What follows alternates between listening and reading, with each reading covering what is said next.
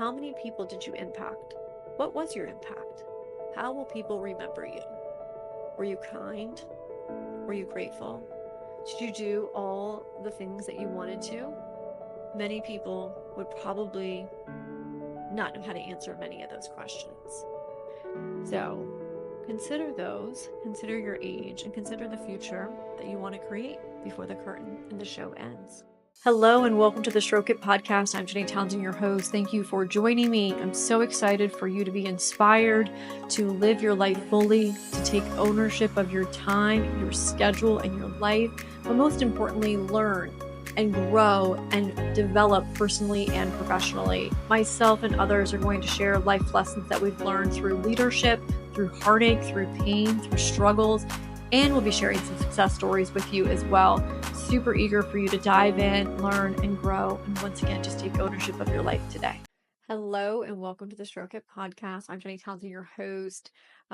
Forewarning, I am recording this episode on January 20th at nighttime. So if you hear any hollering or screaming, I am totally safe. It's just that my husband and my father-in-law are watching the Ohio Notre Dame National Championship. I have warned them that I'm recording a podcast, and we'll see if they adhere to my request of keeping it down and not yelling at the TV. I love to remind them that the TV cannot hear them. However, they don't always listen to that. So, anyways, so thank you so much for joining me. It is Monday night. It's been a really, really long day. However, I felt like I just wanted to come on and do a podcast recording tonight. I had an amazing download earlier of the message that I wanted to share today. And my podcast assistant, Kaylee's going to be going out of town. So she requested I record a little bit earlier than normal. So, anyways, but by the time you're hearing this, it's going to be towards the end of January. I cannot even believe that January is almost over. I feel like 2025 just kicked off. And so I'm really curious to know, are you staying in tune with your goals? Are you staying in tune to your needs and your priorities as well? I know that many times by this week of the month, especially of January, lots of people have given up on their resolutions or their goals that they set out to do, or mindset shifts as well. So I want to encourage you to stay true to you as well. Personally, I was slacking the first 2 weeks, but now that we're like in the swing of things, I've been doing pretty good at my goals as far as my health. I really wanted to get back to playing tennis and working out and focusing on the strength of my body. And so I set a goal for 10,000 steps a day. And I'm like taking that on. I'm ranging between 8,500 and about 11,000 per day. But what I've noticed with this goal is that I'm having to think about my activities. So, for instance, I used to do like one lap around the neighborhood. Now I'm doing 2 laps. And sometimes I'll do those laps in the morning and then I'll do another lap at nighttime to get those extra steps in. I've also started playing tennis, which I get so many steps playing tennis, but it's even as simple as like where I park my car in a parking lot so I can get more steps in. Or the other day I went to an event and it was like either take the elevator or take the stairs. And I was like, I need to get these steps in. So I took the stairs as well. So I'm definitely looking at how to gain those steps, which is helping with my strength and with my body. So I love this goal. I'm hoping that I continue to have this mindset all year, even on vacation or even if the weather is crappy. We did organize our home gym, which is nice because I've been able to get in there, which is so awesome. So, anyway, so I have some notes that I'm going to reference. Like I said, this download just came. I've been thinking about it, actually talking about what I'm going to be talking about today for a couple weeks. For those that don't know, we lost my mother-in-law on January 5th, and this has been a long battle. It's been an intense past 6 months, and we've learned so much through the process. And so I kept thinking that I wanted to share a lot of this information. This upcoming Saturday, February 2nd, we will host our celebration of life. And on Friday, January 31st, I will celebrate 43 years. So this episode is really about like just celebrating. And so I'll be sharing some things that I've learned through the past few weeks and months, and then also how I'm going to be focusing on celebrating life in the future.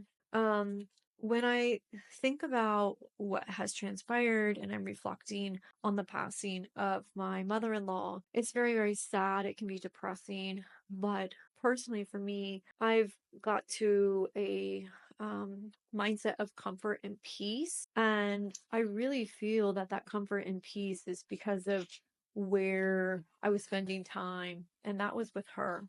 And it wasn't just at the end of her life. We had a really great relationship. We both had a lot of things in common. We were both educators. She was a teacher for 37 years. We both were part of lots of different communities. We loved food. We loved traveling. We loved adventure. We loved games. We loved books. And most importantly, we both loved David as well. So we had a really, really great relationship. Some people talk about, oh, my mother-in-law, they just talk so poorly, or they drive you crazy, or most of my friends have children, so their mother-in-law is trying to tell them how to raise their children, or to run a household. And fortunately I don't have any children, so there was she couldn't, guess that I didn't have to have that obstacle. But at the same time, we had a really great relationship. She was always loving, so kind, so supportive of me as well. And I'm just really grateful that I had her as a mother-in-law. And I write about her a lot in my book as well.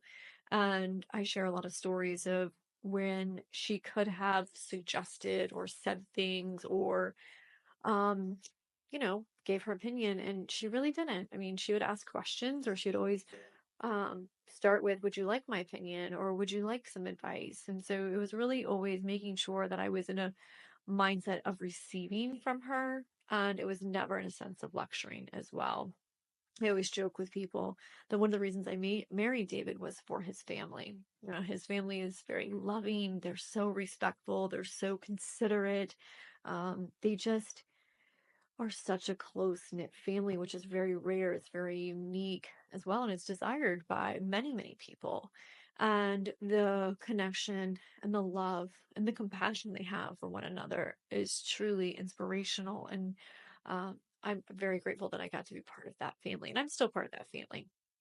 Um, so when I was thinking about like this whole process of life ending and whether you're going to have regrets or not having regrets, I really was able to lean into all the times I shared with Linda, and those memories I'll cherish forever. Um, David and I spent a lot of time with his parents. We traveled a lot with them. Um, we would go to Maine. We went to Maine twice with them. We went to Georgia, Tennessee, South Carolina, the Keys, tons of family reunions. Most recently, we just went out to Yellowstone National Park together, which was tons of fun. Not so much for Linda because of what she was going through. But at the end of the day, we just had so much fun together. And we made a commitment, and we made each other a priority, which I think a lot of times we take people in our family for granted, or we don't make the time. And then there's also those different angles of different things as well. So, I'm going to miss her dearly, and I think of her daily. And, this is very recent. So our family is still struggling with the loss. There's a lot of frustration with how everything played out. And I'm going to cover a little bit of that as well, just to advocate for other people and to give you something to think about as well. I've experienced loss. I've lost. Well, first of all, I knew two sets of my great grandparents. I knew all of my grandparents, and all of them have passed away except my grandmother. So I have lost them. However, I was never there at their dying bedside. For my Meemaw, I was there, but not at the capacity of a lot of my cousins. And so I was there for visiting. So I really didn't get a full sense of really what hospice was and that process and what all is required of you. So Linda, because I was so close with her, this was the first time I'd really went through this process, of losing someone and watching them deteriorate and watching them suffer and fighting with them, fighting for them as well. And um, I want to bring some light to people that maybe haven't been in that situation as well. So, once again, the reason I was able to find some comfort and be at peace and have this mindset is because the amount of time I spent with her and with David's dad as well. My husband, he made the commitment to, spend quality time with them. After we had our thing with our marriage as well, one of the things he committed to was not only me, but to being a better son and being more present with his family. He was very much not involved and not present. Prior to that, I mean, he's always been a great son and has always showed up to his family, but they weren't a priority and the time spent was not there. So he made a commitment to see them 1 to 2 times a week. And when he was with them, completely present. So no phone. He wanted to be playing games. He wanted to be having conversations with them and really wanted to have a really strong connection as well. And he always said, I don't want to have any regrets. I want to make sure I make this time for them. So he actually would go over there, a lot of times take dinner, go play poker with his dad, I mean, we would even be just like driving to dinner. And if we were in the neighborhood, whether it was 5 minutes, 15 or 25, we would always stop by the house as well because it just brightened their day and it put a smile on their face. And having that hug as well was super, super powerful and important to them as well. So I want to encourage you to make that commitment if you can with a loved one. I personally struggle with this. My father, he lives about 45 minutes away, and my mom lives in Georgia. So I do make time to go up there and see her. And when she's here, we see each other. But my dad is about an hour drive away. And I always say I need to go out and spend time with them. I need to go out and spend time with them. And a lot of times I don't. I literally will always find something else that either I feel is a priority or I think is more important or that I could be doing with my time if I only, right now I'm working like 7 days a week. So it's like I need to rest. And typically when we go and see him, he's so busy working or so busy doing all the things that he's really not present. He doesn't really acknowledge that you've made this commitment and the sacrifice and this trip out there as well. So that kind of can be frustrated and maybe why we don't do it as often. But I need to definitely make that commitment. I also want to make a commitment too to spend more time with some of my family members. I go through some ups and downs where I'm like, oh, do I want to hang out with them? They're so negative. They're not going anywhere in their life. And so releasing some of that shame could help as well. But I do know if you make that time and that commitment, it is going to provide some peace. Many people, and I know tons of people, um, that suffer when they lose someone that they loved. And a lot of it is because there's guilt. They are upset and they're mad at themselves because they didn't make the time. They didn't stop by to visit. They didn't call. They didn't listen. They didn't do all the things. And some of those people struggle with a lot of anxiety. And I truly believe that a lot of the anxiety is because our mind is basically fighting with itself, where it's like, you should be doing this or you could be doing this, but you're not. And you're living in this like not, which is like a struggle because you want to be doing that, but you're just not actually making that step or making that action or doing it as well. So I do want to encourage you to make that time, even if it's just a phone call or FaceTiming once a week. Um, you don't want to be grieving and you don't want to be mad at yourself and angry and wishing you would have done things differently. You cannot go back and change it. We've got to make those choices and we've got to make those commitments. And, it, even if it's 5 minutes, I know someone that drives by someone's house every day, has done it for 2.5 years and very rarely stopped by to say hello, pop in, or anything else like that. So I want to encourage you to do that. I'm sure many of you can think of a time that you missed out on a birthday party, or you canceled on a friend or canceled on a family member. You could probably remember canceling, but can you remember why? What was the reasoning? Where were you going? What was more important? I've done that. And a lot of times I can't remember why I didn't show up or why I canceled or what the excuse was. I just knew I wasn't there when I should have been. So I want to encourage you to change that mindset. And a way to do that is that you get the opportunity to see this person. You get to show them love. You get to give them a smile on their face. And if you change it from you get to versus I have to go over there. Are you looking to enhance your relationship with yourself? If so, get the Stroke It Guide. My book is available on Amazon and on my website. Not only is my book going to help you with your personal journey with yourself, but it's also going to help you with the relationships of other stakeholders in your life. For instance, your spouse or partner, your employer, your employees, your friends, or your family members. And of course, because the title, there is a chapter for your pleasure, which is the last one, in the bedroom.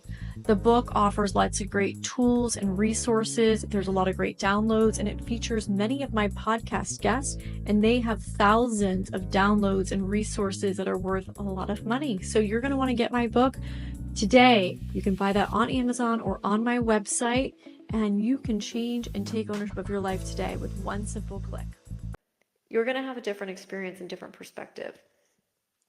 Now, a lot of this is coming because I've learned so much through the last 6 months. And for you that don't know, and many of you don't know, my mother-in-law was diagnosed, well, not even diagnosed, but like basically in June, earlier than that, April or May, she had basically this little like lump behind her, the back of her leg. And it was causing her pain. And so after like 2 months of finally saying something, they were all like, you need to go to the doctor.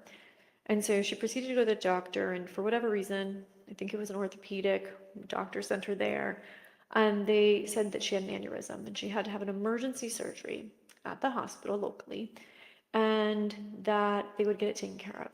And after that surgery, the lump was still there and actually was getting larger. And they had said, oh, it's inflammation from the surgery. And then they kept sending her from one doctor to another doctor. No one wanted to take responsibility for whatever was happening. Mind you, this was in June. And so they said she needs to hydrate and she needs to walk. So we all basically, she referred to us as wolves, were basically on her and telling her she needed to walk and she needed to drink water. And we were texting her every time we saw her. It was just, we were just looking back so awful when I think of how much we hounded her. Well, the small little thing that they thought was an aneurysm kept growing and growing. And she just allowed it. She said her leg hurt, but we weren't really listening. We were thinking that what the doctor said was what it was. And she really wasn't advocating for herself and insisting on the doctors. And it got to the point where it grew so large that finally in November, maybe end of October, we insisted on an MRI. Actually, I think one of them, David or Heather, went to the doctor with them and insisted on an MRI. And come to find out, it was a tumor.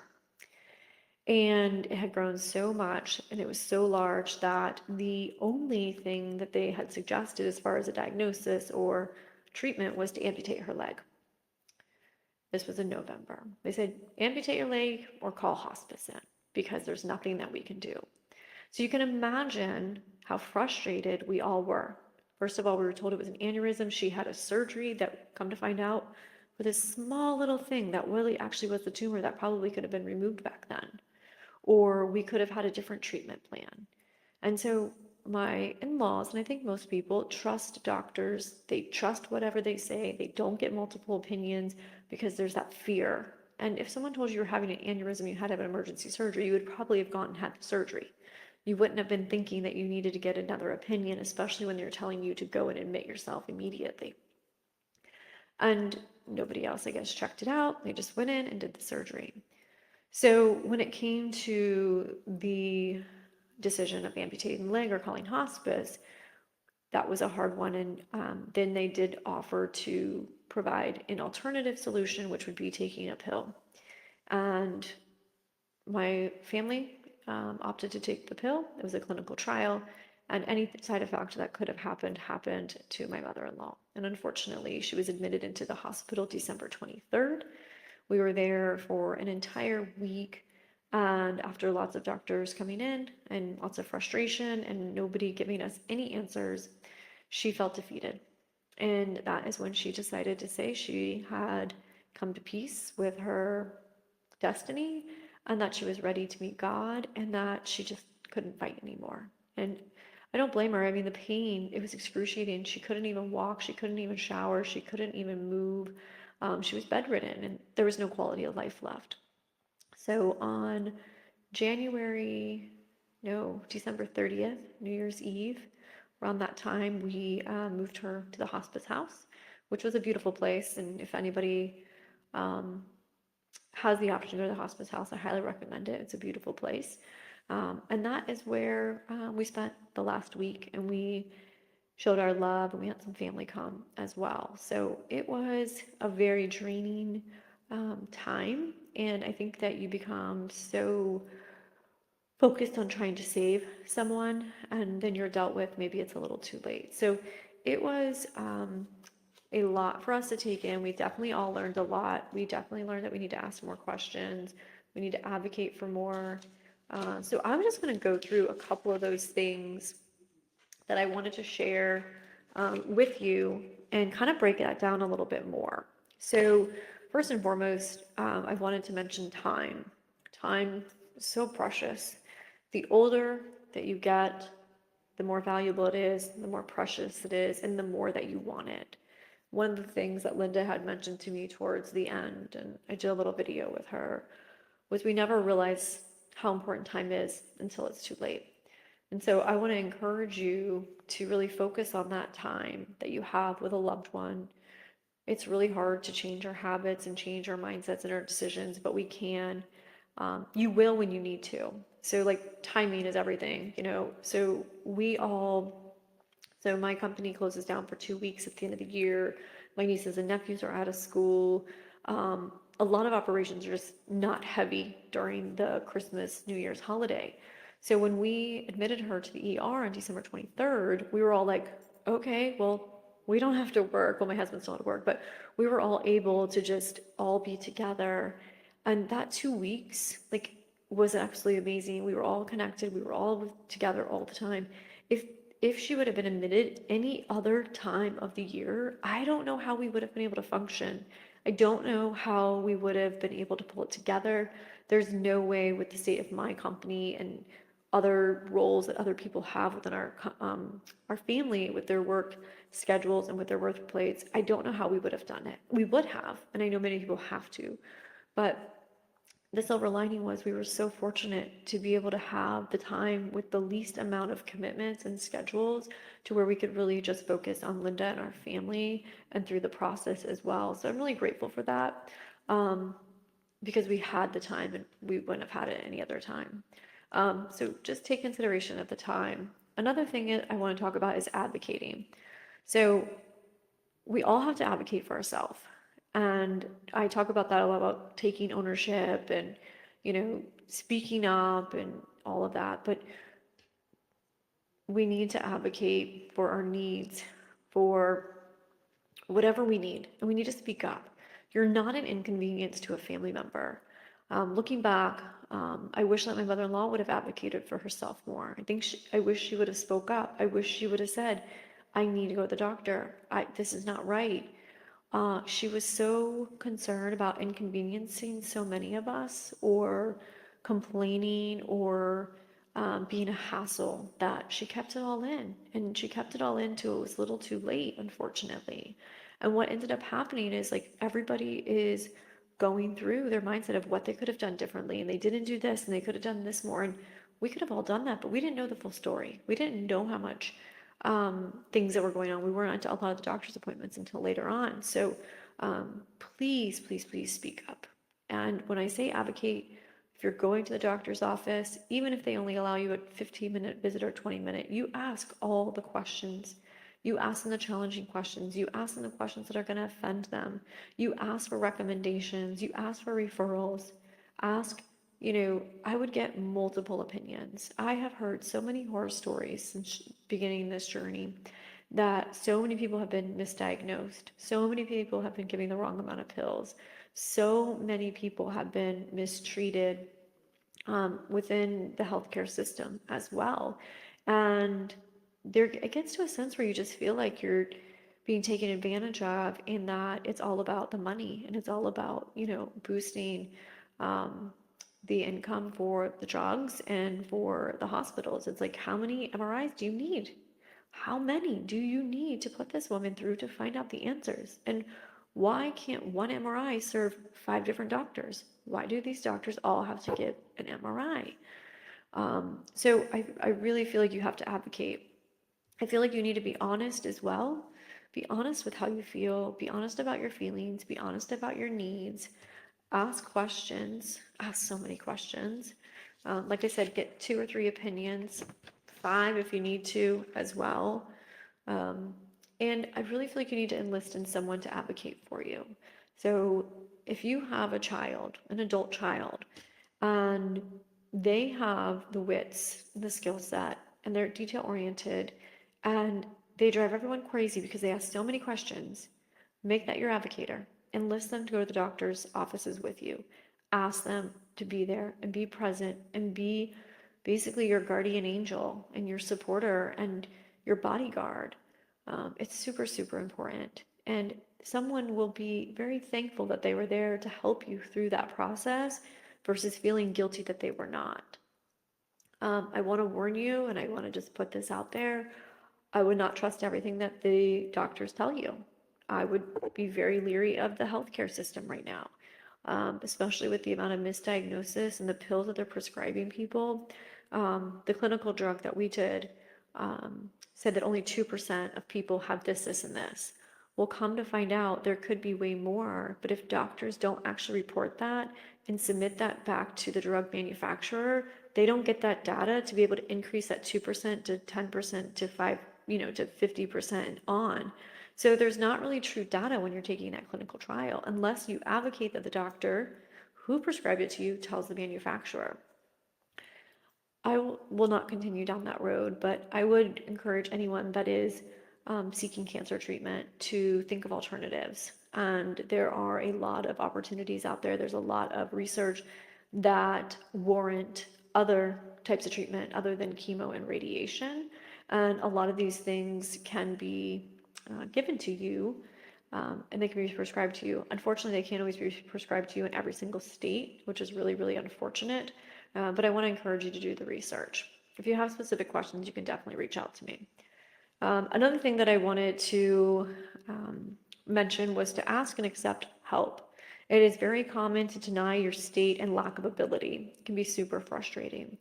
So for us, I was going over there and I was making smoothies, I was making quiches, I was doing all these things. And I had said, let's move the furniture, let's hire a cleaner, let's do all the things. And my in-laws were very much like, no, we don't need that. No, we can do it. So I want to encourage you to let your guard down and to accept the help and to allow others in to make life easier for you. Why struggle? And we want to do it for you. And when I say hire someone, I don't want to come clean your house. I don't need to go clean your house. I will hire someone to clean your house. There's professionals out there that want to clean your house and that will be paid for it. I would much rather, instead of cleaning your house and spending time doing that, sit on the couch with you and have a conversation or read you a book or hold your hand. And so think about that when others are saying, hey, get the support and love that you may need. Because what they may be saying is that's not what they want to do because they want to do this, or they may not have time. They may have kids. They may have lots of other responsibilities. And right now they're really struggling and holding on and trying to keep it all together. And they're worried. They want you to have a clean place. They want you to have food. So outsource it. It's okay to accept help and support. And if people offer, take them up on it. I can't tell you how many times people offer to do stuff for my in-laws. No, we're good. No, we're good. And then we would all end up making food and cooking and doing all these things. And I'm like, but there's all these people that are retired and that have all their time on their hands that are offering.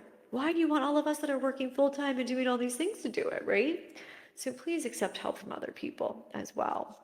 Um, and accepting the facts, I think, is really hard to do at some times. And I know that we kind of struggled with that when the doctors were saying, this is what we can do. And it's like, wait, what do you mean you can't do anything? So accept the facts as well. And I would say develop a care plan. That would be the next thing that I learned too. So my in-laws, very good at the financial planning. Like they had their, they had said, oh, we have everything taken care of. Well, they had the cremation taken care of. What they didn't have taken care of is where they want their ashes. Oh, well, whatever you guys want to do with them. No, what do you want with them? So please plan for when you do get sick, or plan if something were to happen that's very unfortunate. Because at the end of the day, your family's going to be grieving. They're going to be trying to make you happy and try to recall your favorite flower or what you want as far as your wishes or what was your favorite. They're so overwhelmed that they're not going to have the capacity to celebrate you to their highest ability and what they want. And you get one shot at this. It's not like you can just host another celebration or redo it. So share your wishes. Share what kind of flowers you want, what kind of music. And then also, I feel like sharing your precious valuables while you're alive is also really beautiful. To give you an example, one of my nieces turned 16 a few months ago, and my mom had given me a ring with a little heart on it. It's just beautiful, and her dad had given it to her. So for my niece's sweet 16, I gave it to her. And it was just beautiful because I got to share my story, my mom got to share her story. My Meemaw, like towards the end of her years, gave us an opportunity to pick a quilt, a bowl, a cookbook, and then she would share stories. So many individuals don't give away all of their precious valuables or things that are sentimental to them. And then what ends up happening, they pass away, and then people, they don't know what it means. So I want to encourage you, if you have something special and you have someone in mind, to give it to them now while you're alive. My mom, one of the things that I do like a joking Christmas list. It's like things that like are really not possible, but if it happened, it'd be super cool, but I don't ever expect it. But I put a tennis bracelet on my list this past year, and my mom was there to share that memory with my niece, and she ended up giving me for Christmas the tennis bracelet that my dad gave her. So now she gets to see me wear that really, really proud and share those moments, and I just think it's absolutely beautiful. Um, and obviously you want to plan the financial aspect of it, your service. Once again, you just want to reduce the amount of questions. There's so much planning when it comes to that. Another thing I wanted to encourage, if you're going to be going through these, everyone, it's inevitable we're all going to get to this stage. But I feel like it's really important to develop a community or become part of a community.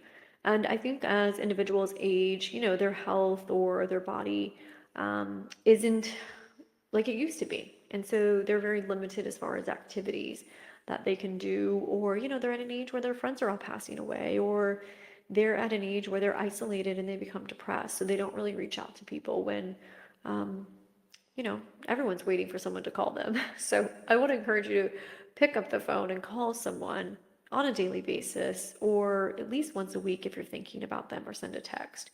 I had written on here to start developing that community at a young age. And that would mean finding friends that align with you, that have the same values, that have the same beliefs, that have the same hobbies, and make the effort to get with them and stay connected. So when life gets tough or as you age, you have someone to call on and to count on. I love having hobbies. Oh, I just like tennis. I love it. It's such a great community of people. It's competitive, it's outdoors. And, I can be anywhere. And if I see a tennis racket or someone mentions tennis, I can start up a conversation like that because of that. And, there's just so many things that we can share and have in conversation. And we just met as well. You can also find community through volunteering. And I always feel like, sometimes we think our situation is crappy, but if you think about what you have and what other people have, your life is what they're dreaming of. So if you ever want to pick me up or you want to find a community, I want to encourage you to volunteer. Communities provide connection, love, and lifelong relationships. Told you there was like a massive download that just happened. The sixth thing that I've written on here too is the final stage. The curtain will drop eventually to all of us. So when you look back, I want you to consider these comments, questions as well. What are you proud of? How many people did you impact? What was your impact? How will people remember you? Were you kind? Were you grateful? Did you do all the things that you wanted to? Many people would probably not know how to answer many of those questions. So consider those, consider your age, and consider the future that you want to create before the curtain and the show ends. Okay, so hospice. This is going to be one of my final points. Um, as I said earlier, I had never been exposed to the degree that I was exposed to it towards the end. And I will say it was very taxing. It was very depressing. It was exhausting. It was stressful. It was very, very frustrating as well. Um, so many tears, so many emotions. You're hopeless. And it's just a really hard place. And like I said, I'd never been there. And once again, if you can go to hospice is good too, though. Hospice provides care, they provide love, they provide support. And you know, when someone enters hospice, if you think about it, I was just at a celebration of life with my friend's dad, and she had said something about one of her friends had said, you know, hospice is a gift. And it's because you're getting the time to spend with that loved one and tell them how much you love them. So many times, you know, people pass away because of a heart attack or a car accident. That family didn't get that time. So one of the silver linings of hospice is if you're getting that time with that loved one, where you can hold their hand, you can be solely focused on them, you can share your love, they can feel your love as well. So I want to lean into that positivity as well. Um, you know, I would always, you know, see people like, oh, you know, prayers, and then you'll see they lost someone. And then, of course, it's like the majority of the people, it's like, I don't know, 200 comments probably or something like that, where it's like, so sorry for your loss, you know, and my prayers, which all of those comments are absolutely beautiful. And we're very, very grateful for all of that. Um, and I used to do that. Or I would send a text, you know, virtual hugs and my prayers with emojis. And looking back, I'm like, I should have shown up to that house with food. I should have sent them this, you know, or I wish I would have done this. So like now that I've gone through that, and I think you have to go through it to really, really understand it. Um, you know, I will be definitely showing up for my friends. It won't just be a text. It won't just be a Facebook comment. I really will be showing up, whether it's to give them a hug, whether it's to listen to them, whether it's, you know, running an errand, taking them a smoothie, taking them coffee. I think when we were going through it, I think the most helpful things was we had a lot of people making us food, which was we were very, very grateful for. But at the end of the day, like it would have been, and I'm not saying this that anyone should have done this by any means, but like as I move forward from being in this, you know, hiring a house cleaner or having someone go do all the grocery shopping or, you know, having a list of things of like we could instantly send to people if they wanted to help us as well. And these are things that I'm going to be asking for other people when they lose someone. That way, you know, I can support them because it is very draining. It's just so draining. And then if you're like working and taking care of your family during this whole time frame, you're really going to be struggling and really, really lost. So, I hope this information is helpful. I hope it's opening your eyes and your ears, and you're taking some notes as well. Um, so basically, I'm gonna just end with, you know, as we approach the celebration, first and foremost, the celebration of my mother-in-law, Sunday, February 2nd. And then, you know, as I celebrate my 43 years, I'm going to work on these things. And I just wanted to put them out there and maybe you'll align with them as well. But I definitely want to enjoy time with good and positive people. Just recently, I was um, made clear or made aware of some feelings that people had had about me. And I was pouring a lot into these individuals and I was encouraging and pushing and I was advocating. I was doing all these things and it was just too much. And even though that's not the way they described it, it's how it was received. And just, you know, I had one team member come to me today and was like, they just don't get it. I was like, it doesn't matter. I am going to put in energy into people that I love and that I care for and that are open to receiving it. I also think with making an effort for other people, which is like when it's not expected, I think is also key by putting a smile on their face. I want to make a commitment to call three family members a month. I mean, I talk to my mom every day. I talk to my dad, you know, every other week. And I talk to David's family as well. But, you know, some of my aunts and my sister and my brother as well, I want to make more of a commitment to. I put on here three friends. I talk to my besties via text like every other day. We see each other bi-weekly. I definitely make time for them as well. But there's some other friends that I could just call to find out how they're doing and be an ear for them and support them as well. I have a goal of sending out 3 cards per month. And that could be a thank you card, it could be an encouraging or an inspiration card, or I'm just thinking of you. And I do that like every few months. I'd really like to be consistent with that. Um, with giving to those less fortunate. So I do a lot of donation through my company, and we do a lot through there. I did volunteer in November, which was really beautiful, and I want to do more of that in the future. I really want to be focusing on being kind and not shaming and judging other people. Mm, I feel like I'm a very kind person, but I do feel that I could judge less. I need to be realistic with my expectations of other people and not expect everyone to be me or act like me or want the same things. The individuals I was talking about before, I believed in them more than they believed in themselves. I wanted for them more than they wanted for themselves. And what was happening is that it was causing me to judge them. And I have got to let that go. I got to let them be who they are. Definitely going to be booking the trips. I have no problem doing that. Saving, investing, planning, most importantly, just being present. So when I'm with people, not being on my phone, being completely engaged, being a great listener. And so those are the things I'm going to be doing to celebrate life in the new year as well. And if you enjoyed today's episode, I definitely would love for you, number one, to give me a review or make a comment. But secondly, I would love for you to consider making a donation to a park in honor of my mother-in-law. Her name is Alday Townsend. And if you don't do that, if you would like to just buy a rose for someone, that would be really beautiful as well. Her favorite flower was a rose. So it could just be one rose that you pick up, or you pick up a dozen roses and you give a rose to everybody in your office or everybody at the table, or maybe you just get one for yourself as well. So I would love to honor her memory and really continue with her legacy as well. I will be working on a book with my husband and some of her family members for a book that her sister wrote. So I'm hoping to get that going later this year as well. Her and I had discussed that. And, after I wrote my book, she was like, "Oh, can you help me with this book?" And that was the plan this year into next year. But as my dad always said, plans are like pie crust. They're break, but they're still okay. You'll still make it work, and it'll still taste good.